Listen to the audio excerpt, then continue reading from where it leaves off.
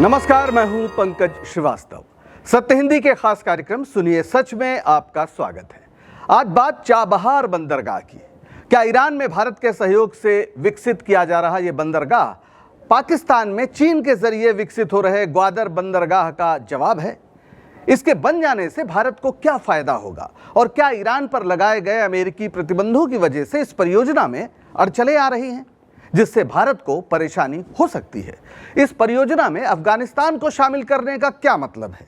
मिलेंगे इन तमाम सवालों के जवाब अगर आप ये वीडियो पूरा देखेंगे। तो बहरहाल पहले ये नक्शा, दुनिया का नक्शा आपने बार बार देखा होगा, कई बार देखा होगा, और ये है भारत और ये है ईरान। काफी करीब हैं एशिया के ये दोनों देश। वैसे आजकल हम एक ग्लोबल वर्ल्ड में रहते हैं, अब कोई देश अलग अलग नहीं है, हम सब देशवासी के बजाय धरतीवासी बनने की ओर बढ़ रहे हैं। इस ग्लोब में नए नए रास्ते खोजे जा रहे हैं। पहले जिस यूरोप को जाने के लिए केप ऑफ गुड होप, जिसे हिंदी में आशा अंतरीप कहते हैं, उससे गुजरना पड़ता था, यानी भारत से निकलते थे, अफ्रीका के नीचे से चक्कर लगाकर फिर इधर से होते हुए और तब यूरोप जाते थे। लेकिन उसके बाद जब सुएज नहर बन गई तब फिर भारत के नाविक या इधर से जाने का जो रास्ता है, आप यहाँ से जाएं और फिर लाल सागर होते हुए, सुएज नहर होते हुए भूमध्य सागर, और ये रहा यूरोप, और आप पहुंच सकते हैं बहुत तुलनात्मक रूप से कम समय में। तो ये फर्क आया। दुनिया भर की सूचनाएं हमारे मोबाइल में समाई हैं, लेकिन कई बार हम इतने लोकल हो जाते हैं कि ग्लोबल चिंताएं हमें सताती नहीं हैं। वैसे भी आजकल टारगेट ऑडियंस या टारगेट मार्केट का ज़माना है, यानी जहां से फ़ायदा हो वहीं से काम रखो, वहीं पर फोकस रखो। पर देश और दुनिया के संचालन में ये भाव काम नहीं आता। इसलिए हमारे इर्द गिर्द या सीमा के आर पार कैसी बिसातें बिछ रही हैं, उसे जानना ज़रूरी है। और ये बिसातें ज़मीन पर ही नहीं, समंदर में भी बिछती हैं। तो दुनिया के इस नक्शे को थोड़ा और करीब से देखते हैं, जहां बहार को लेकर तकरार हो रही है, और ये बहार है ईरान का चाबहार। भारत, ये ईरान और ये चाबहार। ये चाबहार एक बंदरगाह है। वैसे यहाँ एक ग्वादर भी है जो पाकिस्तान में, बलूचिस्तान में है, उसके बारे में हम बाद में चर्चा करेंगे। दोनों के बीच बमुश्किल 72 किलोमीटर की दूरी है। बहरहाल अभी हमारा जो फोकस है वो है चाबहार, ईरान। ये एक सपना है। भारत, ईरान और अफगानिस्तान, तीन देशों का ये सपना है। भारत हुआ, ये ईरान हुआ और ये अफगानिस्तान। ये तीन देश ये चाबहार में जुड़ रहे हैं। ये सिर्फ बंदरगाह नहीं, बल्कि एक रणनीतिक द्वार है जो भारत को मध्य एशिया से जोड़ता है। पाकिस्तान को बाईपास करके, यानी पाकिस्तान जाने की जरूरत नहीं है। भारत से चाबहार, ईरान और ये अफगानिस्तान, और फिर मध्य एशिया के देशों में आप जा सकते हैं। तो ये पाकिस्तान को बाईपास करता है और चीन को भी सीधी चुनौती देता है। लेकिन चाबहार का ये सफ़र आसान नहीं है, जहां भारत पूरे तौर से इस कार्यक्रम को, यानी इस प्रोजेक्ट को पूरा करने में जुटा हुआ है, इस बंदरगाह को विकसित करने में जुटा हुआ है।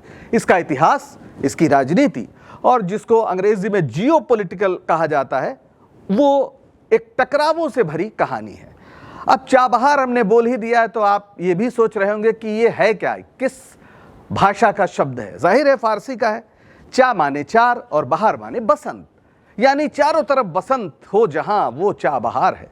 आप कहते होंगे बागों में बहार है, तो ये बहार वहीं से आया है, बहार यानी बसंत। और बंदरगाह भी फारसी के तीन शब्दों से बना है, और इसमें बंदर कहीं नहीं है, ध्यान दीजिएगा। बहुत बंदरगाह आप सुनते होंगे, पर बंदरगाह में बंदर नहीं होते, ना बंदरों से उसका कोई लेना देना है। तीन शब्द हैं, बंद, दार और गाह।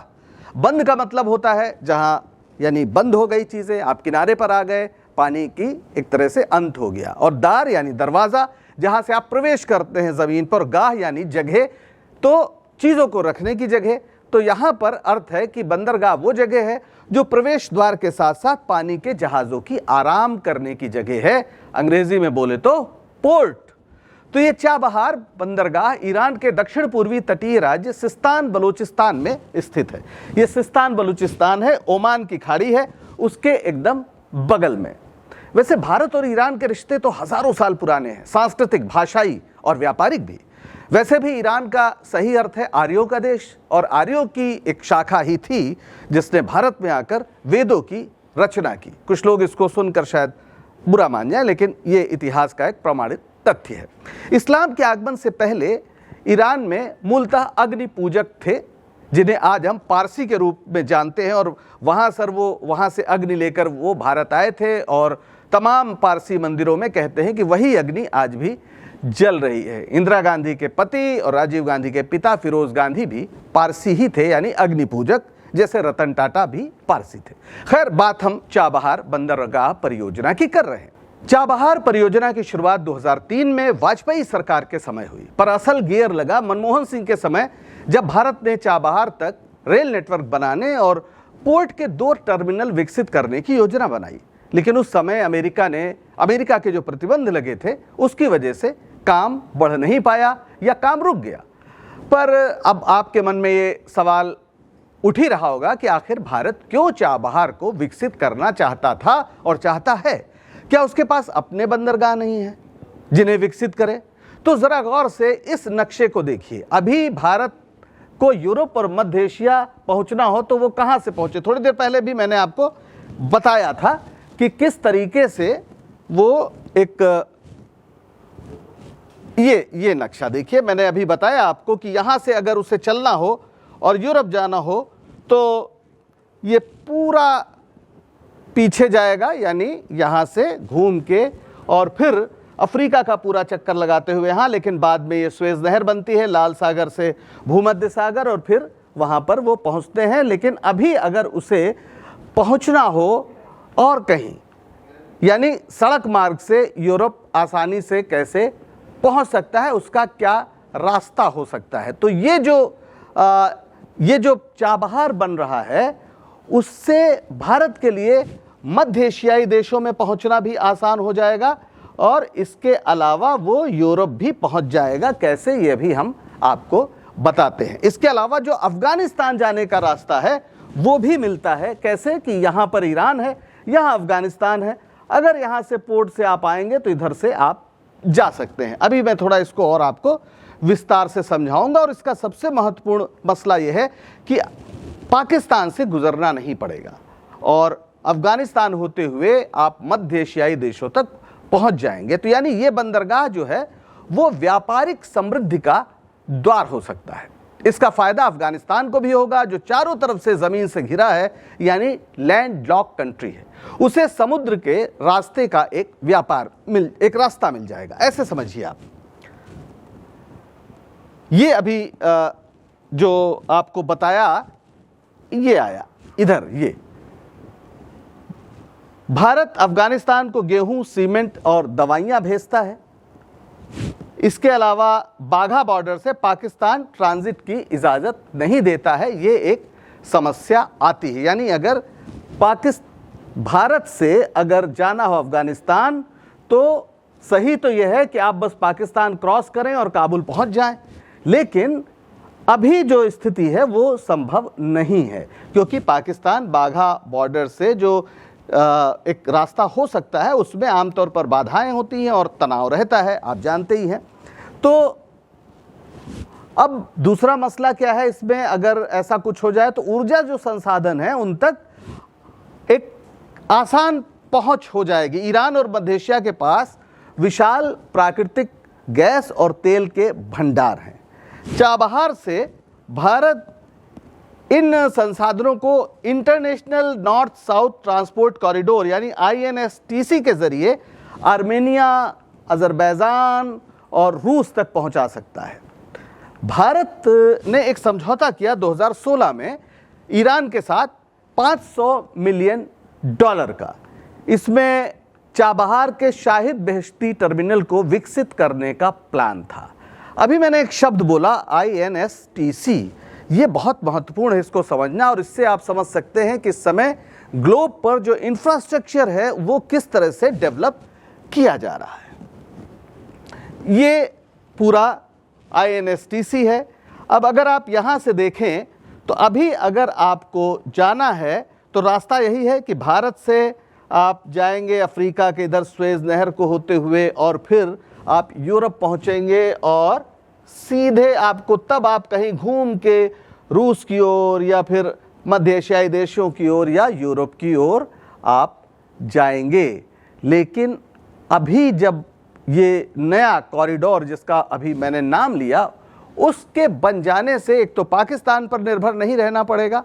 भारत ने अफगानिस्तान के जरान से डेलराम तक 218 किलोमीटर लंबी सड़क बनाई है जो चाबहार रूट से जुड़ती है। यानी अब जो है सीधे आप यहां से जाएंगे चाबहार, यानी हमारा जो सामान होगा वो चाबहार जाएगा और चाबहार से वो ईरान में सड़क के रास्ते सीधे वो रूस की ओर या मध्य एशियाई देशों की ओर जा सकता है और इसके अलावा वो अफगानिस्तान भी जा सकता है। तो मुंबई से अगर आपका कोई जहाज चलता है और सीधे इधर जो ये ईरान का चाबहार पोर्ट है ओमान की खाड़ी के पास, यहाँ पे सामान उतरता है और उसके बाद कभी सड़क से कभी ट्रेन से, आप किसी भी तरीके से जिस तरह का इंफ्रास्ट्रक्चर हो, आप पूरे मध्य एशिया, रूस और यूरोप भी पहुंच सकते हैं। ये पूरा लंबा जो समुद्री रास्ता है वो इस्तेमाल करने की ज़रूरत नहीं रहेगी। ईरान को भी ये सारे लाभ मिलेंगे, अफगानिस्तान को भी मिलेंगे कि वो सीधे जुड़ जाएगा एक बंदरगाह से जो अभी उसके पास नहीं है और ईरान में चाबहार एक बड़ा व्यापारिक केंद्र बन जाएगा। और यही वजह है कि भारत चाबहार पर इतना जोर दे रहा है। इसकी एक वजह रणनीतिक भी है। दरअसल चीन पाकिस्तान के ग्वादर में ऐसा ही एक बंदरगाह विकसित कर रहा है जो भारत के लिए एक बड़ी चुनौती है। अब ये आप यहाँ पर जिसकी चर्चा मैंने पहले भी की थी, ये ग्वादर है। ग्वादर यानी एकदम कराची से थोड़ा आगे आप इधर बलूचिस्तान की ओर जब बढ़ते हैं तो ग्वादर में चीन एक अपना ऐसा ही बंदरगाह विकसित कर रहा है। पाकिस्तान और चीन एक आर्थिक गलियारे पे काम कर रहे हैं जो 2015 में शुरू हुआ। इसे CPEC कहते हैं। ये इंफ्रास्ट्रक्चर परियोजना है जो चीन की बेल्ट एंड रोड इनिशिएटिव यानी BRI का हिस्सा है। BRI का उद्देश्य है कि एशिया, अफ्रीका और यूरोप के बीच कनेक्टिविटी और आर्थिक सहयोग बढ़ाना। 62 अरब डॉलर चीन यहां निवेश कर रहा है। CPEC का मकसद चीन के शिनजियांग प्रांत को पाकिस्तान के ग्वादर पोर्ट से जोड़ना है। ये 3000 किलोमीटर लंबा गलियारा सड़कों, रेलवे लाइन, पाइपलाइन और ऊर्जा परियोजनाओं का एक जाल विकसित कर रहा है। अब आप यहाँ देखें, ये चीन है, यहाँ से वो आता है। ये आप भारत का नक्शा अगर समझ पा रहे हो, यहाँ POK से वो अपने सड़क मार्ग से इस्लामाबाद होते हुए वो ग्वादर पहुँचता है। यानी उसे एक इधर मध्य एशिया की ओर जाने के लिए, यूरोप की ओर जाने के लिए उसे एक छोटा रास्ता मिल जाता है। वरना इसके पहले वो मलक्का की खाड़ी से, जो इंडोनेशिया और मलेशिया के बीच का समुद्री रास्ता है, वहां से उसके जहाज गुजरकर तब हिंद महासागर की ओर आते थे, एक लंबा रास्ता। तो CPEC चीन को मध्य पूर्व और अफ्रीका से तेल और गैस के लिए 12,000 किलोमीटर छोटा मार्ग देता है और मलक्का की खाड़ी से उसकी निर्भरता खत्म हो जाती है। इसका रणनीतिक लाभ भी है उसे। ग्वादर पोर्ट और हम्बनटोटा जो श्रीलंका में है, वहां बंदरगाह से चीन की नौसेना को हिंद महासागर में ताकत मिलती है और आर्थिक विस्तार जो इससे चीनी कंपनियों का हो रहा है वो तो सीधा है, चीन की अर्थव्यवस्था को फायदा होगा ही। अब आप ऐसे ये समझिए, अभी जो मैंने आपको बताया, ये है चाबहार पोर्ट, ये है ग्वादर पोर्ट, ये है पाकिस्तान, यहाँ पर भारत। तो इससे आप थोड़ा और करीब से समझ सकते हैं। ईरान का नक्शा है, ये चाबहार, ये ग्वादर पोर्ट, बमुश्किल 72 किलोमीटर जैसा मैंने पहले बताया ये दूरी है। तो चीन इस ग्वादर के जरिए हिंद महासागर में बढ़त लेना चाहता है और इसलिए ये चाबहार इसका जवाब है। इसकी जो सामरिक अवस्थिति यानी लोकेशन है वो ग्वादर से बेहतर मानी जाती है। लेकिन ईरान और अमेरिका के खराब संबंधों का असर चाबहार परियोजना पर भी पड़ा है। ईरान के परमाणु कार्यक्रम से खफा अमेरिका ने प्रतिबंधों की घोषणा की थी। 2018 में अमेरिका ने अफगानिस्तान को स्टेबलाइजेशन देने के लिए यानी वहां स्थिरता देने के लिए एक विशेष छूट दी थी। चाबहार प्रोजेक्ट को एक वेवर, एक छूट, विशेष छूट दी गई थी। लेकिन हाल ही में मोदी जी के प्रिय दोस्त डोनाल्ड ट्रंप ने नई चेतावनी दी है कि यदि भारत और ईरान का समझौता अमेरिकी प्रतिबंधों के दायरे में आया तो फिर सेकेंडरी सैंक्शन भी लग सकते हैं, यानी फिर नए प्रतिबंध लग सकते हैं।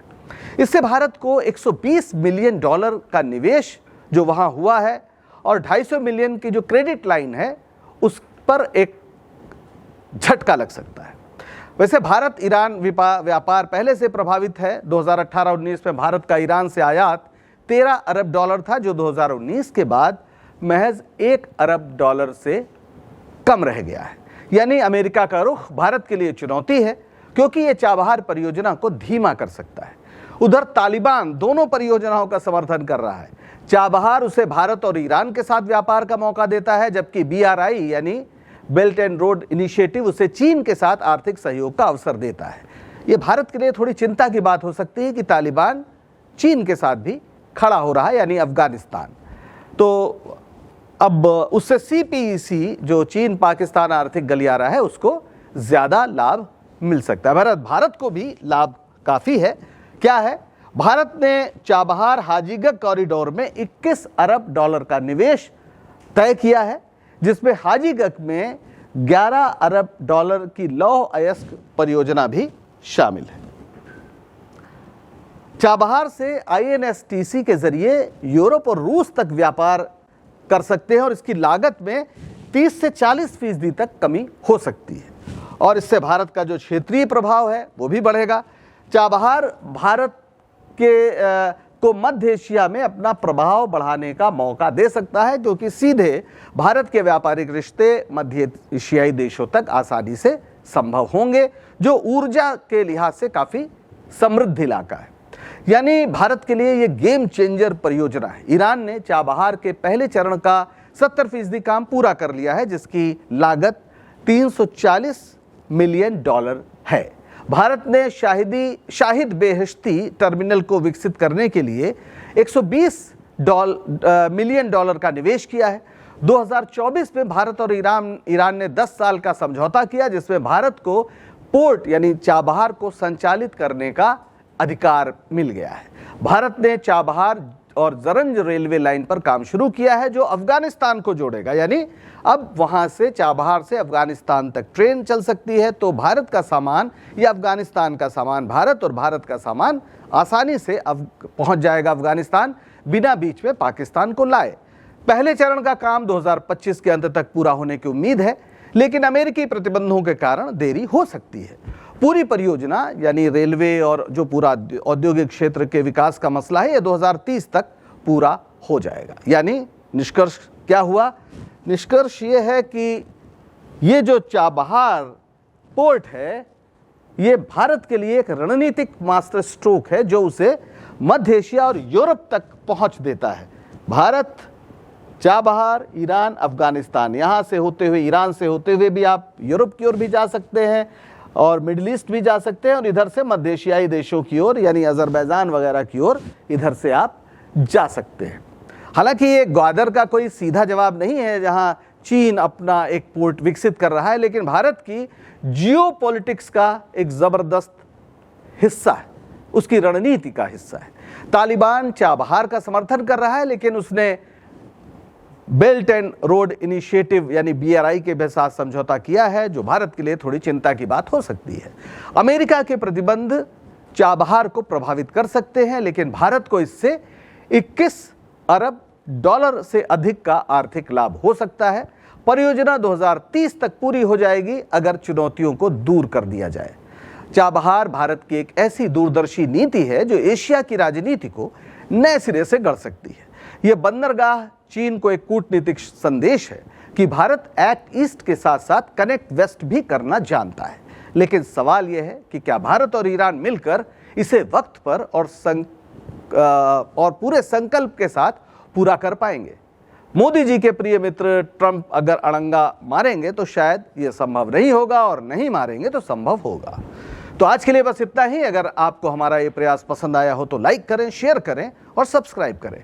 साथ ही सत्य हिंदी का ऐप भी डाउनलोड करें, जिसका पता वीडियो में नीचे डिस्क्रिप्शन में है। तो अब दीजिए इजाजत और बने रहिए सत्य हिंदी के साथ। नमस्कार।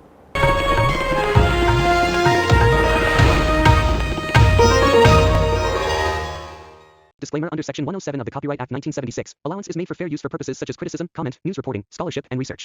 Fair use is a use permitted by copyright statute that might otherwise be infringing.